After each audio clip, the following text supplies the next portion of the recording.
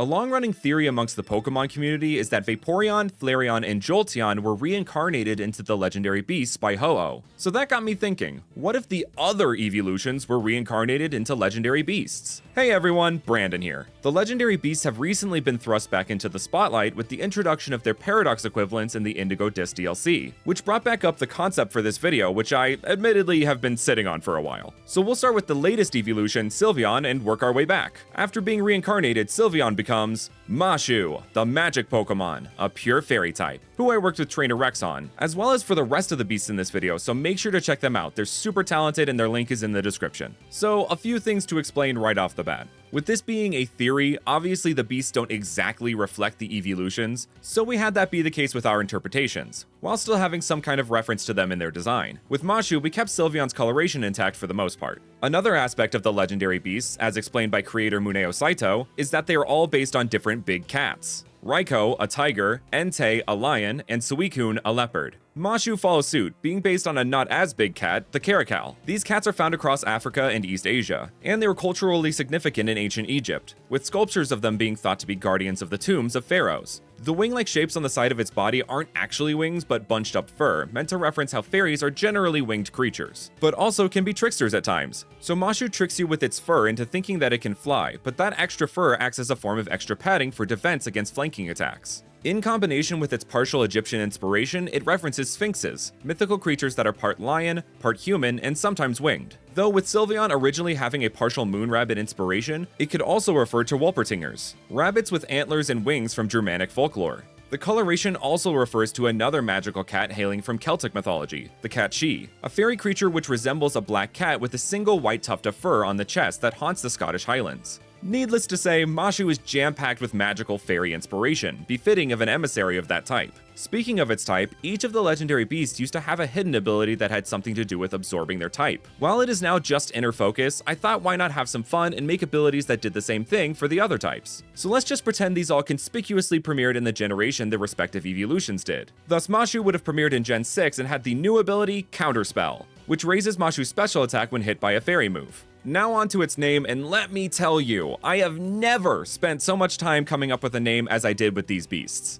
The originals have such a unique naming scheme. The legendary beasts each have a section of their name that makes up their type, En, Rai, and Sui. The other section is some kind of word meaning emperor, monarch, or royalty in general. But some kanji have a unique trick to them. They can be read two ways, called onyomi and kunyomi. Onyomi is derived from the Chinese way of saying the kanji, as that is where kanji originated, and kunyomi is the Japanese way of pronouncing them. The kanji for the beast's name are read in onyomi, which is intentional. With Entei and Raikou specifically, when you put their kanji of their names together, they form a reference to Yandi, the Flame Emperor, and Legong, a god of thunder, both from Chinese folklore or mythology. So, as you can no doubt see, these names are deeply complex and layered, making them very difficult to replicate. I tried my best to retain the exact effect to little or no avail. There are only so many kanji for royalty, and not all of them have double meanings when paired together, though a few of these beasts I did manage to sneak in some. Mashu is not an example of this though. Its name comes from Ma, as in Maho, meaning magic, and Shu, meaning lord or master, basically coming together to mean the master of magic. Japanese is a bit more flexible when it comes to names combining kanji. I even had my natively Japanese sister-in-law and fluent brother glance over these names to make sure they were okay, and they both gave me the thumbs up.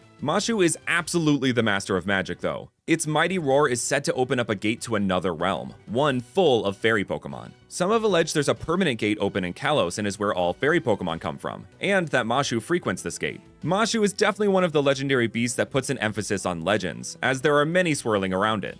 And if you want to feel like a legendary beast of mobile gaming, then make sure to check out today's sponsor, Backbone. Backbone is a mobile gaming accessory that converts your phone into a gaming console. This device is simply fantastic and so easy to use. You just stretch it apart, snap in your Apple or Android phone, and you're set. You can use the incredibly handy Backbone app, which opens just like that, to not only play through the Apple Arcade, but also on PC through Steam and Xbox through cloud gaming and PS5 through remote play. I can boot up my recent favorite game, Final Fantasy XVI, via my phone, play it like I'm on a console, and finally finish this amazing story I've been neglecting to. It also has charging connectivity, so you don't have to worry about your phone dying on you while you're in the middle of playing. You can connect your wired or Bluetooth headphones in as well. Backbone will even notify your friends when you hop online, so you can hop into a party chat and play together. Seriously, this device is amazing and I would not promote it to you all unless I believed in it, so make sure to scan the QR code on screen or click the link in the description to pick one up for yourself. Thank you so much to Backbone for sponsoring today's video. Now let's get back to it. Next up, we have Leafeon. When reincarnated, it becomes Shino, the jungle Pokemon, a pure grass type. The big cat that this Pokemon is inspired by is the clouded leopard, whose gorgeous camouflaging spots are reflected on Shino. Obviously, this means this beast prefers to take a quiet and stealthy approach to moving about, unlike the other roaming beasts, making it the most elusive of them all. I realize that makes 2 leopards for the beasts, but for 1, the clouded leopard is fairly biologically different than your average leopard, and for 2, there are a limited amount of bigger cats that are different enough from each other to justify using them for these beasts. The aspect that Shino takes from Leafeon are those protruding leaf-like portions on both, and the way the head crest is shaped to give off a similar feeling to Leafeon's leaf, and ears. Shino's name, I actually managed to sneak in some of those clever references like the original trio. Its name comes from Shin, like this kanji, which means God, with the kunyomi of it being the more recognizable Japanese word kami, playing a bit into the royalty or higher power part of the naming scheme. Shin can also come from this kanji, which means forest or woods. The no part comes from this kanji, meaning agriculture, but there is also this kanji, which also means no, meaning emperor. But when you combine the Shin kanji with the no kanji, in Chinese you get Shenong, a Chinese god of agriculture known as the Divine Farmer, who is known as the first Yan emperor to become a deity, and is considered a cultural hero in both China and Vietnam. Though not exactly pronounced the same, the Japanese word Shino is a name for bamboo grass. I am very proud of how this name in particular came together. Layers and layers of meaning, which is the kind of depth I love and strive for. Shino's hidden ability is no secret and would quite naturally be Sap Sipper. Being as much of a recluse as they are, for Shino to make its presence known to you is one of the highest honors known to the Pokemon world. It is said long ago that Shino was a partner Pokemon to a trainer who brought agriculture to many desolate regions. From vibrant flora to the icy cold tundra, we have Glaceon, who when reincarnated becomes Hyohi, the blizzard Pokemon, a pure ice type. The way Hyohi relates to Glaceon is through its coloration, though it also comes from its name. Hyo comes from the kanji for ice, whereas He comes from this kanji, which means queen or princess. So combined, its name essentially means Ice Queen. With Glaceon being one of the more feminine presenting evolutions, I felt this would be a good fit, and it also ties back to the dual-typed evolution Daimius that I made for it a few months back. The big cat that this beast takes from is mainly the Canadian lynx, with its big, meaty paws and fur that's well adapted to the cold. The tail portion is inspired by yet another cold-adapted big cat and yet another leopard, the snow leopard, which I know makes 3 among these legendaries, but the same argument as the clouded leopard applies here, so I won't bother repeating it. The word Hyo can also mean leopard, so with Hyo meaning both ice and leopard, it just fits way too well. Also, with both the Gen 4 Eeveelutions turned beasts being partly based on leopards, I thought it matched nicely. Hyohi can generate an infinite supply of snow from its mane, using it to create fearsome blizzards as its category suggests, and it typically hides out in the frost-capped mountains across the Pokemon world. Its hidden ability would have to be a new one that I have dubbed Flash Freeze, which powers up Ice-type moves if hit by one, a perfect mirror to Flash Fire. Now onto the Gen 2 Eeveelutions, for which we will begin with Espeon. So after being reincarnated, it became Kenzu, the cerebral Pokemon, a pure psychic type. This beast was absolutely built for speed, as it's based on a cheetah, which for those living under a rock is the fastest living land mammal. Something about the psychic type makes me think speed.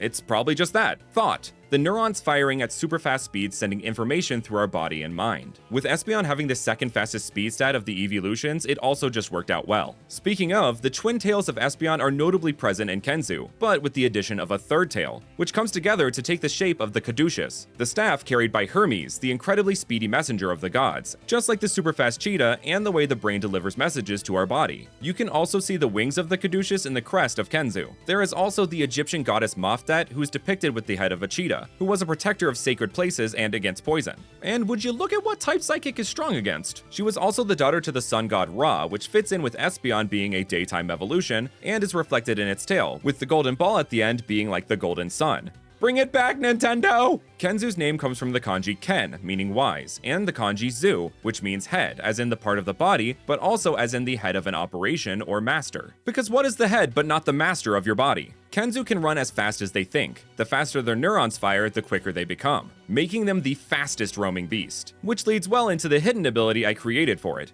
Mind Meld, which raises the Pokemon's speed when hit by a Psychic type move. On to Umbreon, who reincarnates into Onjo, the Night Pokemon, a pure Dark type. As its category implies, the element we kept from Umbreon was its moon or night theme, which comes from another inspiration we highlighted, the Aztec god Tezcatlipoca. He was a god of the night and darkness that could take the form of a jaguar, which quite naturally is the big cat Anjo is inspired by. Umbreon was so set up to be turned into a legendary beast, it's actually wild. About as wild as Anjo itself, which most definitely puts the beast in legendary beast. It is a ferocious Pokemon who does not like to be bothered. It roams around at night trying to avoid contact with other Pokemon or humans, with only the glow of the moons across its body able to be seen. Anjo's name comes from An, with this kanji meaning night, and Jo, meaning one superior or sovereign, basically coming together to mean sovereign of the night. But the word Anjo also means night vision, which jaguars actually see better at night than during the day. Anjo's ability could be justified, but that doesn't make it immune like the others do, so this calls for a new one, Blue Moon, which restores Anjo's HP rather than taking damage from Dark-type moves. With Kenzu being very sun-themed and Anjo being very night-themed,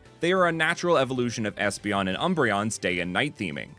Wait, you thought we were done? Well, I know for a fact I would have received comments asking, what about Eevee? So, what about Eevee? When reincarnated, Eevee becomes EG, the great Pokemon, a pure normal type. Okay, I got a little bit cheeky with the name here. The kanji for E means great and G means child. When combined, it means great child, as well as the word OG means prince, since this is the prince amongst kings. And all combined, it sounds like Eevee. The kind of cat this is based on is the jungle cat, which to me looks like a miniature liger, which plays well into the idea of Eevee, the Eeveelutions, and the legendary beasts looking like a vague mix of mammals, and Eevee's unstable DNA. Speaking of, Ho-Oh reincarnating Eevee didn't exactly fix its unstable DNA, but actually enhanced it, making it so EG can transform into any type that it's about to use a move with. Also known as Protean or Libero, but in their original incarnations without limitation. Honestly, let's just give it a new name to avoid confusion. Princely Potential sounds good to me. EG is the smallest legendary beast, but some say the mightiest. It may not command the raw power of the other beasts, but it more than makes up for it in grit, determination, and a really cool ability. With this being the last video of 2023, I just wanted to say thanks and...